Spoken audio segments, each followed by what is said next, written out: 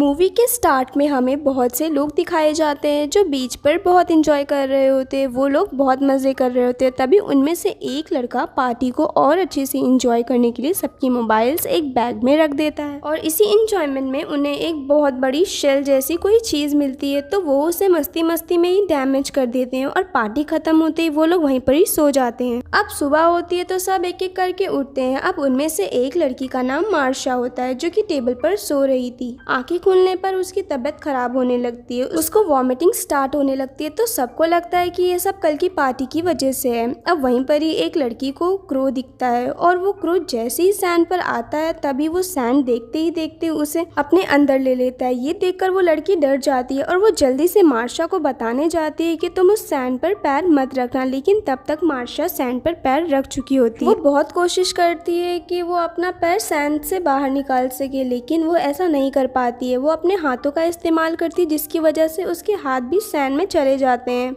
तो वो डर कर चिल्लाने लगती है। अब उसके दोस्तों को समझ नहीं आ रहा होता है कि करना क्या है। उनमें से एक लड़का उसकी हेल्प के लिए जाता है और उसके सारे दोस्त उसे मना करते हैं, लेकिन फिर भी वो जाता है और तभी वो सैंड में फंस कर नीचे गिर जाता है और वो सैंड में स्टिक हो जाता है। वो अपने आप को छुड़ाने की बहुत कोशिश करता है, लेकिन उसकी स्किन एकदम से उस सैंड में चिपक चुकी होती है। उसके फ्रेंड्स भी कार स्टार्ट करने की कोशिश करते हैं कि किसी तरह उसे बचा सके, लेकिन कार भी स्टार्ट नहीं हो रही होती है। तभी उनमें से एक लड़का हेल्प के लिए रस्सी फेंकता है, लेकिन तब तक बहुत देर हो चुकी थी और देखते ही देखते वो सैंड उसे भी अंदर ले लेती है। अब वहाँ पर उसके सारे दोस्त ये सब देखकर बहुत डर जाते हैं और प्लान करते हैं कि वो जल्द से जल्द वहाँ से निकल जाएं। अब उनमें से एक लड़का जिसका नाम जोना होता है वो बहुत ट्राई करता है कि वो किसी तरह कार को स्टार्ट करके वहां से निकल सके, लेकिन वो कार स्टार्ट ही नहीं हो पाती है। अब ड्रम में बैठा उनका एक दोस्त जिसका नाम गिलबर्ट होता है वो उठकर चिल्लाने लगता है क्योंकि वो उस ड्रम में फंस चुका होता है और यहाँ वहाँ हिलने लगता है। तो उसके फ्रेंड्स उसे कहते हैं कि तुम प्लीज मूव मत करना, वरना अगर तुम इस सैंड में गिर गए तो तुम भी मारे जाओगे। तो वो इससे मजाक समझने लगता है क्योंकि ये सब उसने देखा ही नहीं और वो ड्रम में फंसने की वजह से हिलने लगता है। उनमें से एक लड़का कहता है कि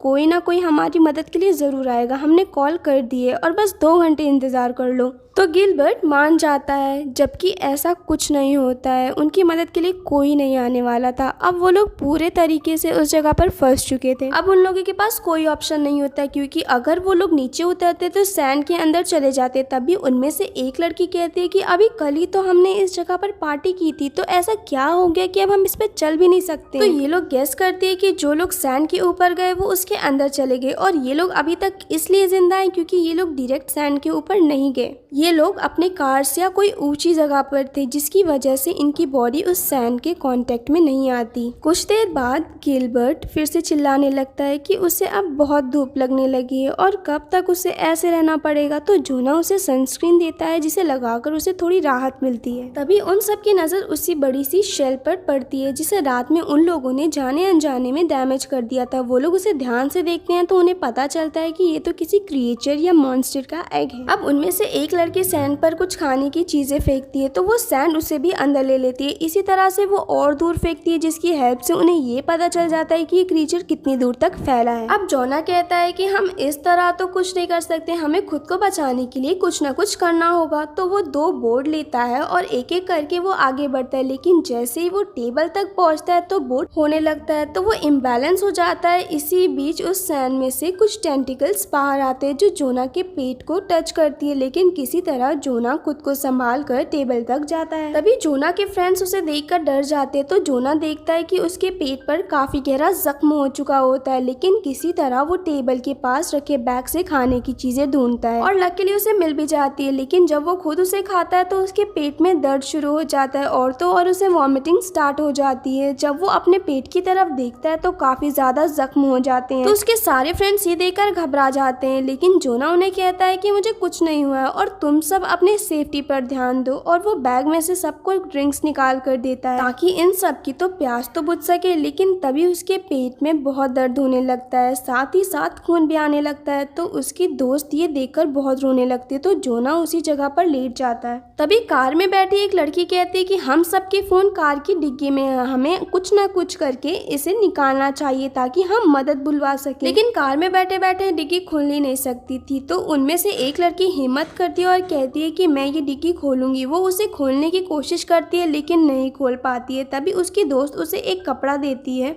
ताकि वो उसे पकड़कर डिग्गी खोल ले और सैंड तक ना पहुंचे, लेकिन तभी भी वो उसे नहीं खोल पाती है। तभी उनमें से एक लड़की उसे सेफ्टी हुक देती है, तो वो एक तरफ से उसे पकड़कर किसी तरह उस डिग्गी को खोल लेती है। लेकिन तभी पीछे से पुलिस की कार आ जाती है, तो सबका ध्यान हट जाता है और इसी बीच उस लड़की की फिंगर डिग्गी में फंस जाती है और वो डिग्गी अब बंद हो गई थी। अब वो पुलिस ऑफिसर को देखकर सब उससे हेल्प मांगने लगते हैं, तो वो पुलिस ऑफिसर बाहर आने लगता है। वो लोग उस ऑफिसर को बहुत मना करते हैं कि तुम सैंड पर मत आना वरना ये तुम्हें भी मार देगा, लेकिन वो ऑफिसर कहता है कि आजकल के बच्चे ड्रग्स ले लेते हैं और फिर ऐसी बातें करते हैं। ये कहकर वो नीचे उतरता है, लेकिन हैरत की बात ये होती है कि उस ऑफिसर को कुछ नहीं होता और ये देखकर वो लोग हैरान हो जाते हैं। सबसे पहले वो जोना के पास जाता है और उसका पेट देखकर काफी हैरान होता है कि ये किसने किया होगा। अब वो ऑफिसर गिलबर्ट की तरफ जाता है, वो उसे निकालने की काफी कोशिश करता है लेकिन नहीं निकाल पाता है। वो उसे कहता है ये कुछ देर में मेरी सारी टीम आ जाए तो तुम लोगों को रेस्क्यू कर लेगी, लेकिन मुझे समझ नहीं आ रहा है कि तुम लोग यहाँ कर क्या रहे हो। तो जोना की फ्रेंड उस ऑफिसर को बताती है कि हमारी एक फ्रेंड की फिंगर डिग्गी में फंस चुकी है। तो वो ऑफिसर उसके पास जाता है लेकिन उसकी कोई मदद नहीं करता है। तो उनमें से एक लड़की चिल्लाने लगती है, तो ऑफिसर उसके पास जाता है और कहता है कि तुम मुझसे ऐसे मिसबिहेव क्यों कर रही हो, तुम्हारी प्रॉब्लम क्या है। तो वो कहती है कि क्या आपको नहीं दिख रहा है कि हम कितनी बड़ी मुसीबत में हैं, हम सैंड पर नहीं आ सकते हैं। पहले ये सैंड ने हमारे दो दोस्तों को अंदर ले लिया है। तो ऑफिसर कहता है कि मुझसे मजाक मत करो और नीचे आओ। तो वो दोनों नीचे नहीं आते क्योंकि वो जानते हैं कि अगर वो नीचे आए तो वो मारे जाएंगे। तो वो ऑफिसर अपनी गन निकाल लेता है, लेकिन उसके साथ ही साथ उसकी कार की कीज भी नीचे गिर जाती हैं। सब उसे कहते हैं कि उस की को मत उठाना, सैंड पर अपना हाथ मत रखना, लेकिन वो ऑफिसर किसी की नहीं सुनता है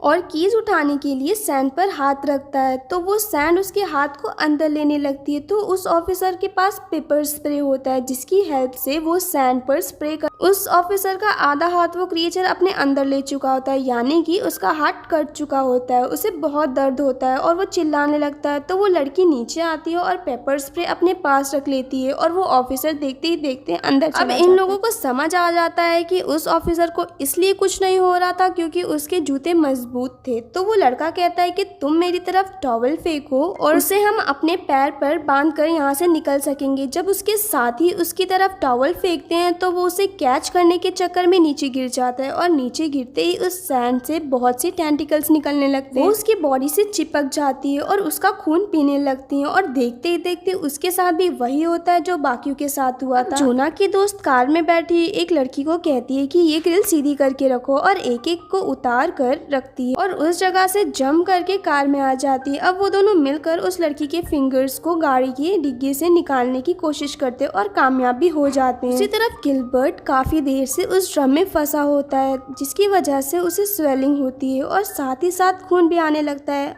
और जब वो खून नीचे जाता है तो वो टेंटिकल्स बाहर आते हैं और दूसरी तरफ तीनों लड़कियां ग्रिल को जोड़कर कार से टेबल तक का रास्ता बनाती हैं। अब उनमें से एक लड़की जोना तक जाती है, लेकिन जिसकी फिंगर डिग्गी में आ गई थी वो कहती है कि तुम लोग पहले जाओ क्योंकि मेरे हाथ से खून निकल सकता है। तो वो दोनों लड़कियां टेबल तक पहुंच जाती हैं। आखिर में वो लड़की आती है और टेबल के पास पहुंचते ही उसके हाथ से ब्लीड हो जाती है और खून की ड्रॉप्स सैंड पर चली जाती है जिसकी वजह से वो क्रिएचर बाहर आती है। देखकर वो लड़की डर जाती है और बैलेंस बिगड़ने की वजह से वो भी सैंड में गिर जाती है और सैंड उसे भी अंदर ले लेती है। दूसरी तरफ हम गिलबर्ट को देखते हैं जिसे काफी ज्यादा ब्लीड होने लगती है, तो वो टेंटिकल्स उसके पास अट्रैक्ट होने लगते हैं। अब वो दूसरी तरफ लड़की अपने पैर पर बहुत सारे टॉवल्स बांधकर सैंड पर चलने लगती है और उसे कुछ भी नहीं होता है। वो ऑफिसर की कार तक पहुंच जाती है। ये देखकर सब बहुत खुश होते हैं और गिलबर्ट भी बहुत खुश होता है कि अब वो वहाँ से आजाद हो जाएंगे, लेकिन तभी वो टेंटिकल एकदम से बड़े होकर गिलबर्ट की बॉडी को सैंड के अंदर ले जाते हैं जिसकी वजह से वो भी मारा जाता है। अब ये क्रिएचर बहुत बड़ी हो चुकी थी क्योंकि इसने इतने ज्यादा लोगों को खाया था। अब वो सीधा ऑफिसर की कार के पास आता है और उसे हिलाने लगती है जिसकी वजह से वो लड़की कार के ऊपर ही गिर जाती है और बेहोश हो जाती है। अब जोना की दोस्त अकेली हो जाती है। अब रात हो चुकी होती है और वो लड़की जो बेहोश हो गई थी उसे होश आता है, तो वो वहाँ